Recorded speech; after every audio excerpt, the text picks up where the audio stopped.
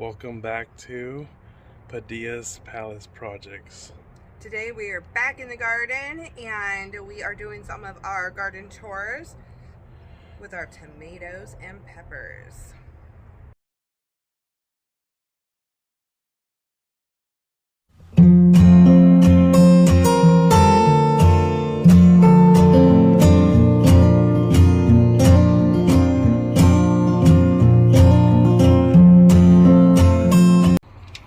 So today we are going to be staking up our peppers and our tomatoes, as many as I have stakes for.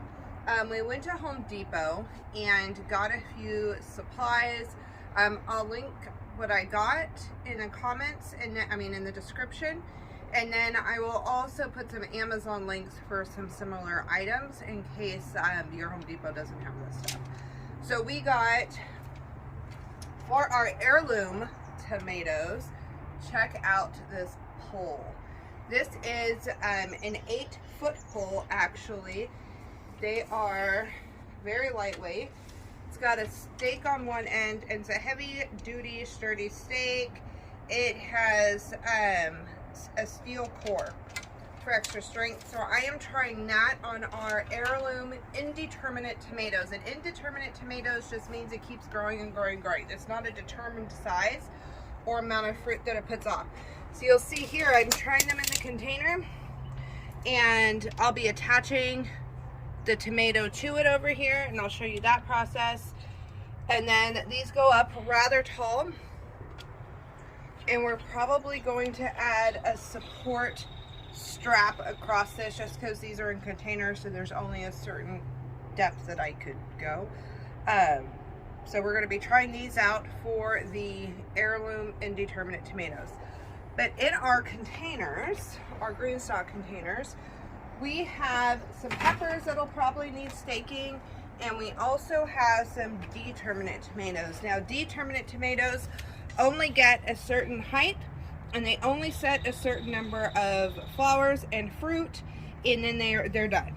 Indeterminate will keep going and going and going. So I don't need as big of a support for these, but we're going to add some support in here because tomatoes, if you don't give them support, will just lay on the ground and crawl across the ground and grow new roots. So for this, let me grab that container.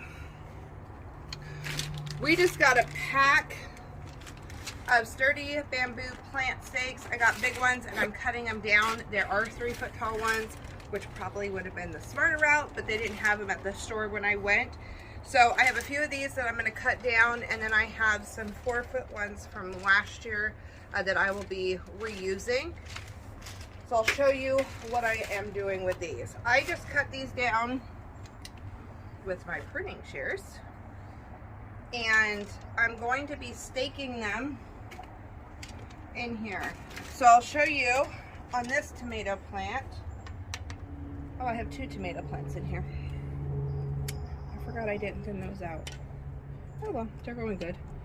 So back here, you getting in close? So back here, I want to go towards the back of this without damaging the roots, hopefully, and really push that in. And then what that's going to allow me to do, I'm going to do it again over here. So I get this one out of my hand.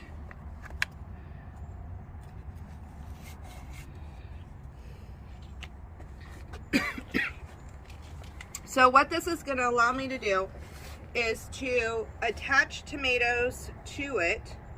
I will probably add a strap once I get all of these done, just a string all the way around the container to support these up so they don't go anywhere. And then this goes just above where this planter is here.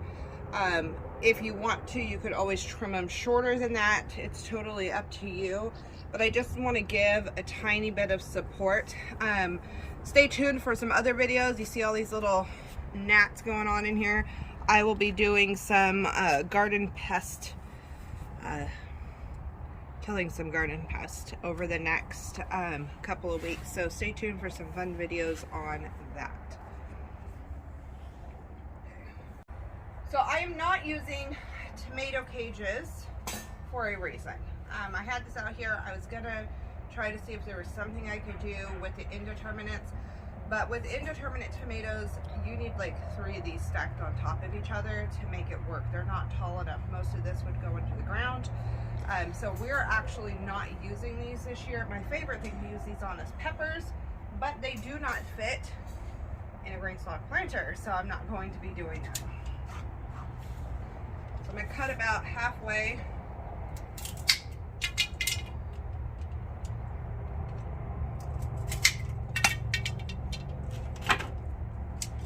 And then add these in.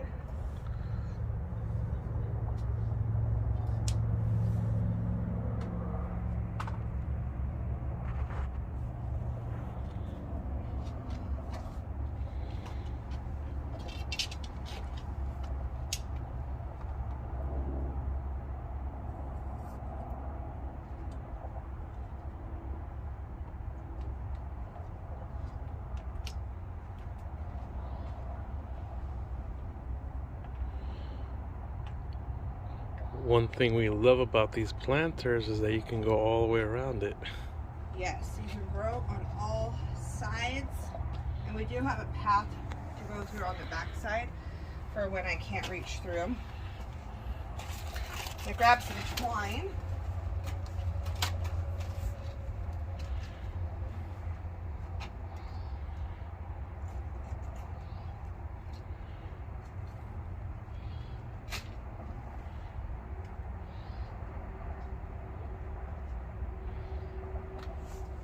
Just want to loop over all of the sticks here. And it's much easier to do this now before they fill out too big and all these other plants are growing huge.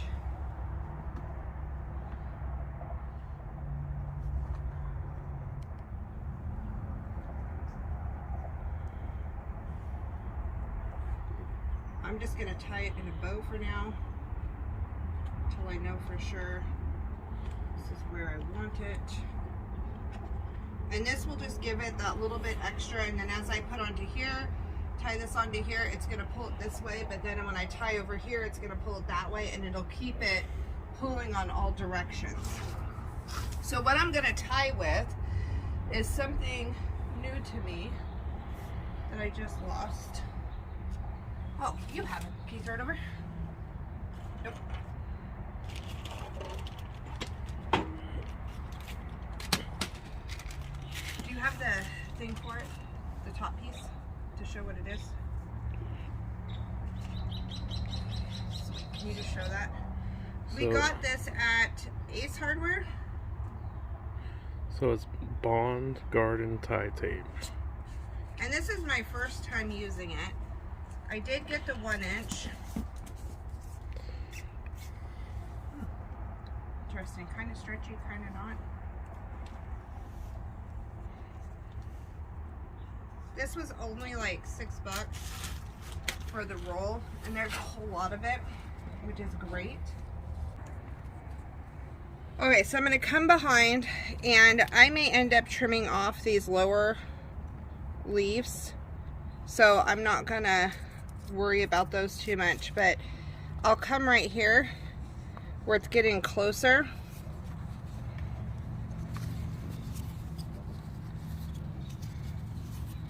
And just tie a knot. You don't want to go too tight because you want this to have room. Your stalk is going to grow and get thicker. So you want to have room for that to happen. You just want enough support for it to keep going that direction. And I'll be doing that to all of the plants, including the ones over on the 8-foot poles.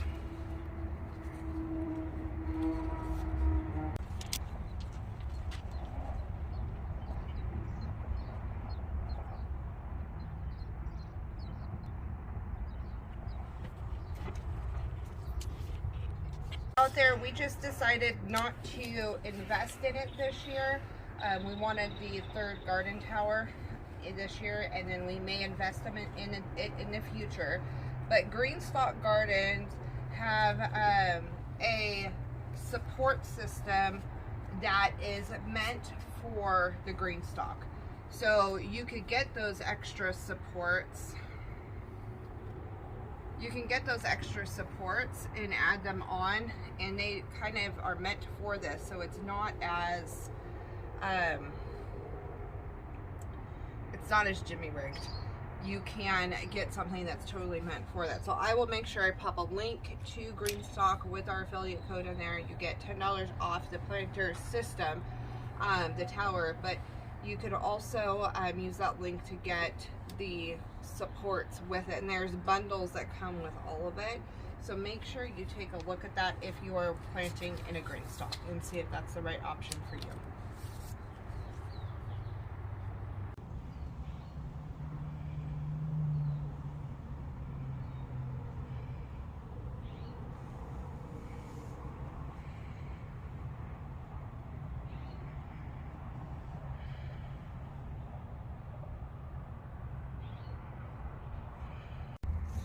Okay, so on the Indeterminate plants, I am doing heavy pruning. Indeterminate again means they keep growing and growing and growing. I don't want any of the leaves touching the ground. So just like on this one back here, I'm going to be cutting off these lower. When they're young like that, you can pinch it, otherwise go in with pruners.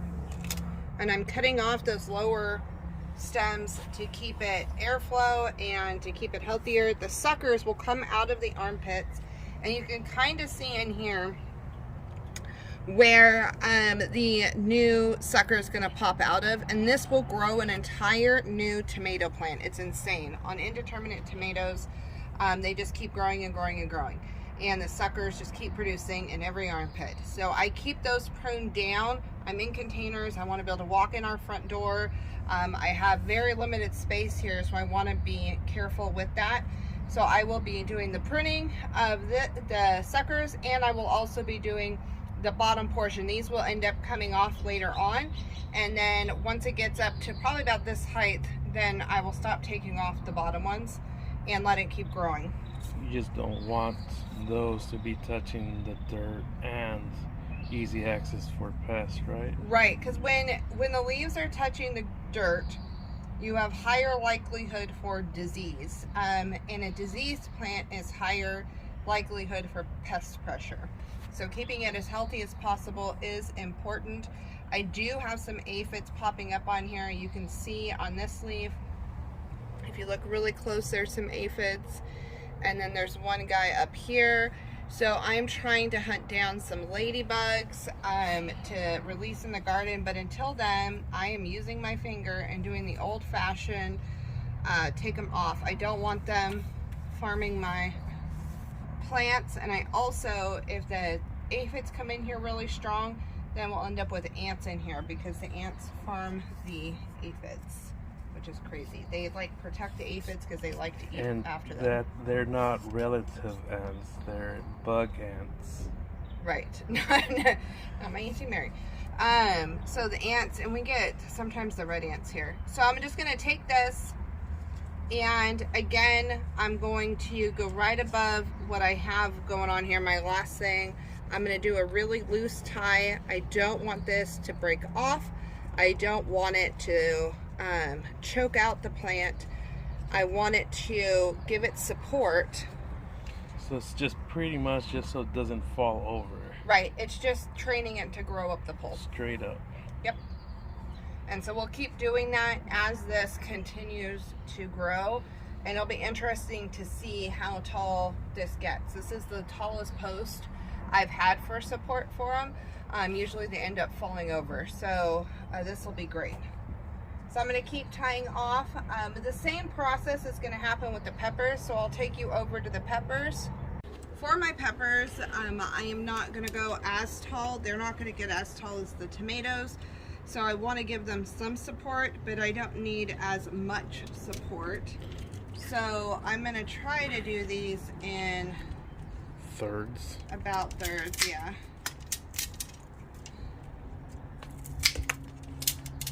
Shoot my husband over there, sorry.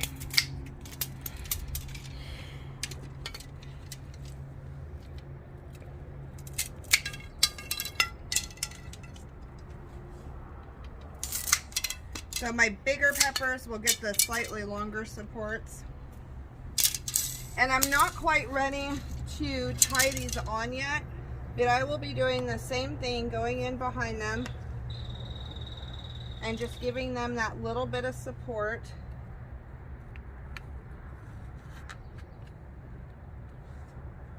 And you can tell it's not going up to here like the tomato ones did. But it'll have something to help, because sometimes peppers just need that little added support in there. I'm getting some slug damage, slug and snail damage. It was all slimy on the back. So I'm gonna have to copper tape these as well, but that'll be on a different video. This one really needs support.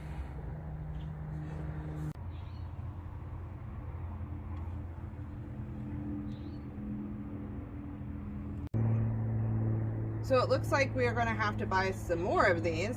So I'm going to try to do one tier at a time. My heavier peppers, like my poblanos and the Dos de España peppers, are on the back side of this. So I'll make sure to finish one row at a time, get them tied up, and then I will do the second row and get those tied up and keep going up the plant. I am not going to bother doing the flowers or the squash that's growing. I'm going to try to let the bush beans just do their thing. So this is what we are going to be doing for the rest of the day, well, for the next little bit. I will make sure to tag anything I can in the description, so that way it's there for you to be able to use these. If you have a different support system you use, let me know. I'm down to learning new things. I've watched quite a few different people, and some people just let them grow. Some people just have the big long stick coming all the way up. So this is what I have kind of found to work. I think it's going to work the best for it. Well, thank you for watching. Thank you for following along. Make sure you like, subscribe, comment if you would like, and turn on that notification bell. We do gardening videos every Monday, so you can follow along and see how these grow. I can't believe how much they've grown over the last month. It's been insane, the growth since April 1st. I will pop in a couple of shots of some of the different things up close and what they look like a month ago and what they look like now. You can already see the now.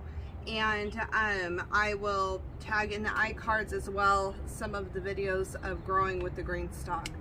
No matter where you are, make sure you grow something. Have a great day.